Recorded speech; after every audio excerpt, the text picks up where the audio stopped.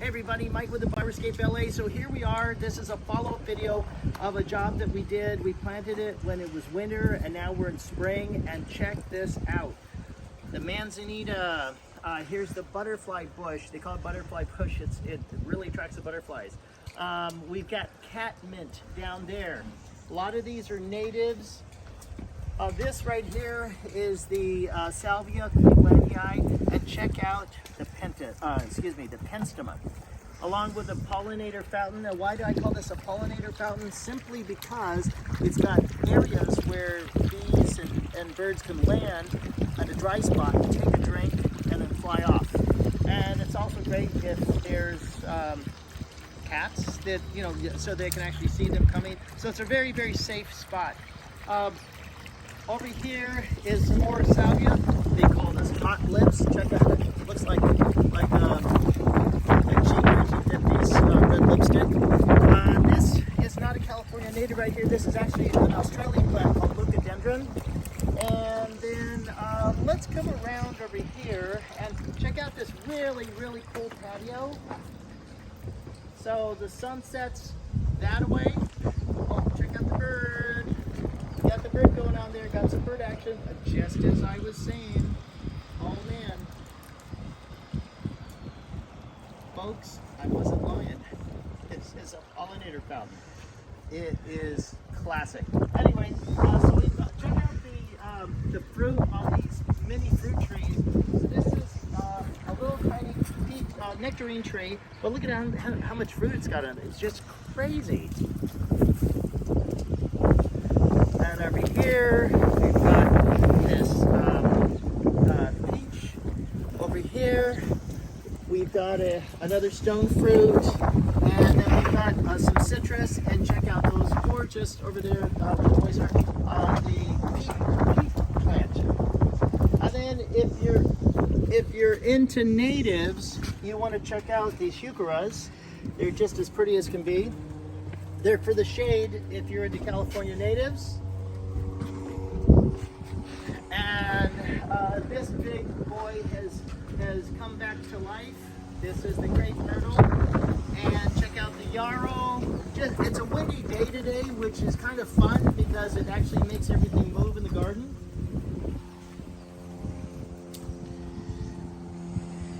And then we got some more California native here. Teucrium. This is emerald carpet, ceanothus. Salvia bonbon is just doing its thing. And here's the eriogonum. Look at those gorgeous pink flowers on that. Just stunningly beautiful. And we've got some natives and California friendlies here. We've got the verbena, these big, beautiful purple flowers. Marie's roses, she loves roses. And check out the deck here, that's kind of a new item too.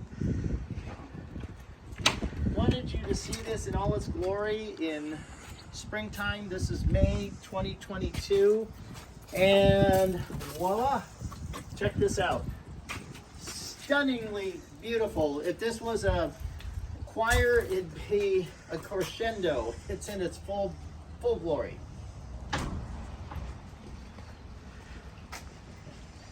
And can't pass up ladybug crossing right here. Here's the little ladybug rocks. And then we've got pentas. It's like a desert plant. It just gets flowers all year long and doesn't need water once it's established. We've also got some more salvia here, the blue spires. We've got, this is an Australian plant called a grevillea, and it's going to be flowering soon. We've got the sign. It's a certified California native habitat by South Bay Parkland Conservancy. And we've got a lot of action going on here. This is a vitex. This is so vitex is right here, and then we've got the elderberry, and then here's the cercis. And check this out. This is a California native penstemon called Pocahontas. Fabulous, fabulous plant. Stunning. And our fig tree is coming back. There was a lot of construction here before, but it's doing great.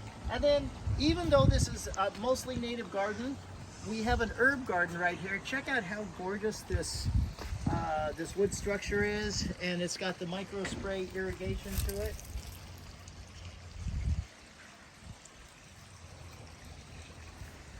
And then we've got the California native yarrow right here, mixed with some other natives. Here's a Pollinator californica. This is so native, its last name, so to speak, is actually Californica, California. So this is, it's a liberal, or the fairy duster is another botanical name for it. And right here we have the monkey flower. Here's more yarrow. Here's a lavatera. This is, if it's not native, it's drought tolerant. We'll kind of go down the stairs and we'll come up. Check out this water feature though. Very, very cool water feature. It rivals the water features you'd see in, you know, amazing places like Italy, for example.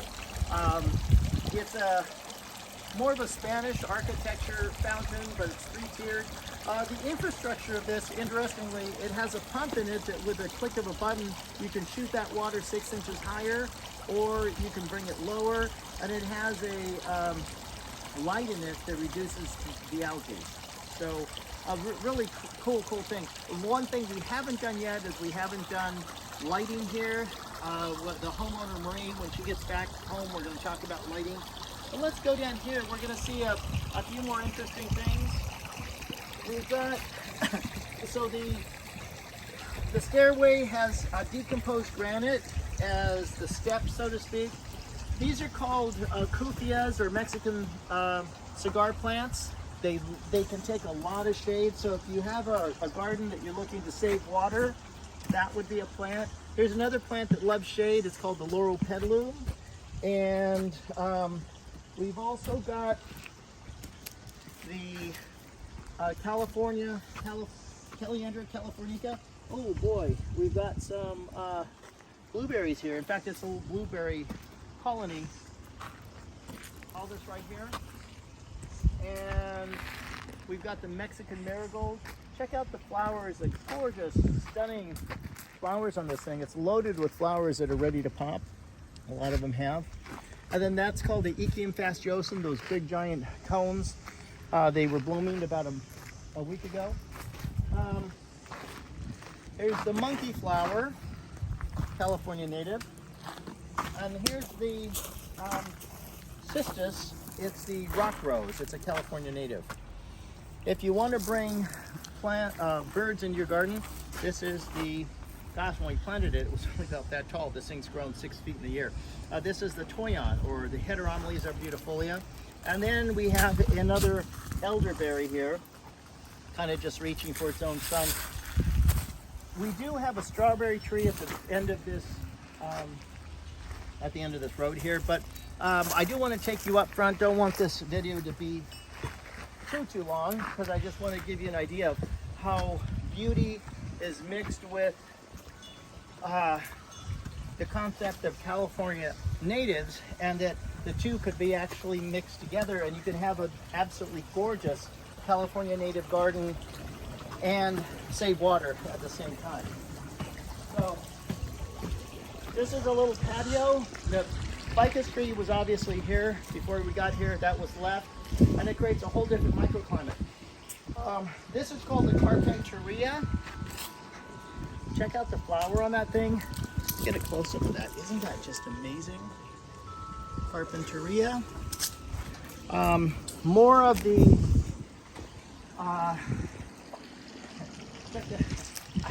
not sure how these got here. Well, yours truly. That's Swiss chard. You can actually eat that stuff. In fact, it's mostly grown as an edible plant.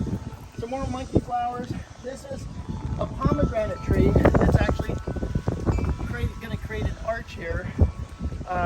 Here's the Areobotrias tree. And wow, looks like nobody's picking these tomatoes. Sorry, Marie, you're out of town. They're like candy. Espalier apple trees as it grows up and taller, it's going to be an apple wall.